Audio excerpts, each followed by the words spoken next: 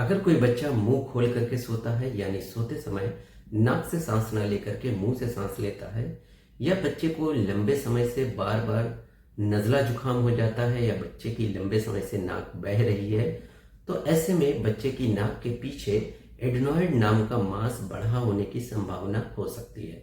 इसे बिल्कुल भी अनदेखा ना करें, क्योंकि लंबे समय में एडेनॉइड मांस बढ़ा होने की वजह से बच्चे के चेहरे का आकार लंबा हो सकता है, बच्चे के कान में नज़ला जमा हो सकता है, सुनने की क्षमता कम हो सकती है, कान के पर्दे खराब हो सकते हैं। अगर सर्दी जुकाम के बाद कान में दर्द होता है तो ऐसे में कान के पर्दे पर इन्फेक्शन के कारण मवाद बनने की संभावना हो सकती है। ये बीमारी बच्चों में ज़्यादा कॉमन होती है, और अगर इसका समय से सही इलाज ना किया जाए तो ये मवाद पर्दे को फाड़कर बाहर आ जाता है। जैसे ही मवाद बाहर आ जाता है, कान की सभी परेशानियों में आराम हो जाता है, लेकिन पर्दे पर एक छेद हो जाता है। ऐसे में डॉक्टर का काम यह है कि बिना पर्दे पे छेद हुए इन्फेक्शन को कंट्रोल कर लिया जाए। और अगर पर्दे पे छेद हो गया है तो इस तरह के पर्दे के छेद को इलाज करके आसानी से भरा जा सकता है। बहुत बार बच्चों के गले में कुछ छोटी छोटी गांठें दिखाई देती हैं, जिन्हें देख करके पेरेंट्स काफ़ी परेशान होते हैं। दरअसल ये लिम्फ नोड होते हैं, जो हमारे शरीर की सुरक्षा तंत्र का हिस्सा होते हैं, यानी कि शरीर को सुरक्षा प्रोवाइड करते हैं। जैसे जैसे बच्चे की ग्रोथ होती है तो इन लिम्फ नोड का थोड़ा बहुत बढ़ जाना नॉर्मल होता है। अक्सर इन लिम्फ नोड के बढ़ने की जो वजह होती है वो इस लिम्फ नोड के रीजन में कहीं कोई इन्फेक्शन होने के कारण होता है।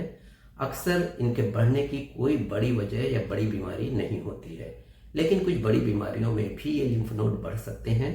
तो ऐसे में ज़रूरी है कि जब भी ये लिम्फ नोड बढ़े हों तो किसी अच्छे ईएनटी डॉक्टर यानी नाक कान गले के डॉक्टर को मिल करके उनसे इन लिम्फ नोड को चेक करा लें। डॉक्टर इन लिम्फ नोड को छू करके चेक करके ये काफ़ी हद तक समझ जाते हैं कि इनमें कोई बड़ी बीमारी की संभावना है या नहीं। अगर डॉक्टर को कुछ डाउट लगता है तो डॉक्टर इसमें एफएनएसी की जांच कराते हैं, जिसमें सुई से पानी निकाल करके जांच की जाती है। लेकिन जब तक ज़रूरी ना हो, बच्चों में एफएनएसी की जांच यानी सुई से पानी निकालने की जांच ना कराएं। कुछ बच्चों के गले में टॉन्सिल लंबे समय से बढ़े रहते हैं, लेकिन इन बढ़े हुए टॉन्सिल से बच्चों को कोई परेशानी नहीं रहती है। कई बार ऐसा होता है कि बच्चों के गले में टॉन्सिल बढ़े हुए हैं और बच्चे के गले में कुछ परेशानी भी है, लेकिन जो परेशानी है वो इन बढ़े हुए टॉन्सिल से ना होकर किसी और वजह से है। तो अगर किसी बच्चे के गले में टॉन्सिल बढ़े हुए हैं और उन बढ़े हुए टॉन्सिल से बच्चे के गले में कोई परेशानी नहीं है, तो ऐसे में इन बढ़े हुए टॉन्सिल को निकलवाने की बिल्कुल भी ज़रूरत नहीं है। ये बढ़े हुए टॉन्सिल बढ़ती उम्र के साथ साथ अपने आप ठीक हो जाते हैं।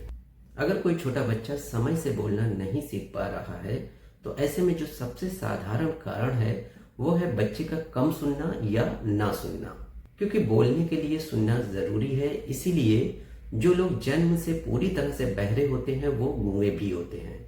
हम अपनी ज़िंदगी में अधिकतर चीज़ें सुन करके सीखते हैं, इसलिए जो बच्चे कम सुनते हैं या नहीं सुनते हैं वो दिमागी तौर पे कमज़ोर रह जाते हैं, बहुत सारी चीज़ें नहीं सीख पाते हैं। बच्चों में सुनने की परेशानी को समय रहते पहचान करके ठीक करना आवश्यक होता है।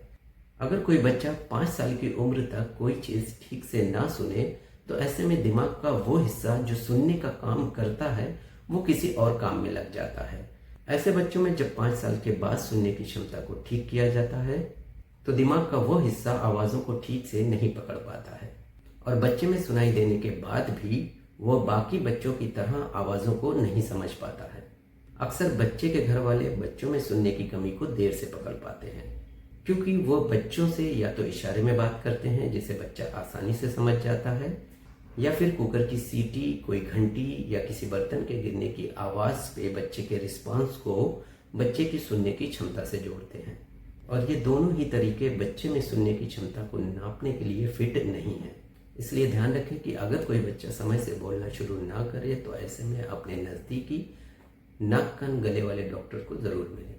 अगर किसी बच्चे के कान में कलबलाहट होती है या खुजली होती है, बच्चा बार बार अपनी उंगली अपने कान पे ले जाता है, तो ऐसे में बच्चे के कान में नज़ला जमा होने की परेशानी हो सकती है, जो लंबे समय में बच्चे की सुनने की क्षमता पर असर डाल सकती है। इसे बिल्कुल भी नज़रअंदाज ना करें।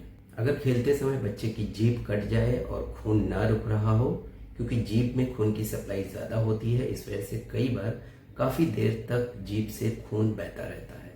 तो ऐसे में बच्चे के मुंह में कुछ बर्फ़ के टुकड़े रख दें, जिससे कि खून जल्दी बंद हो जाएगा।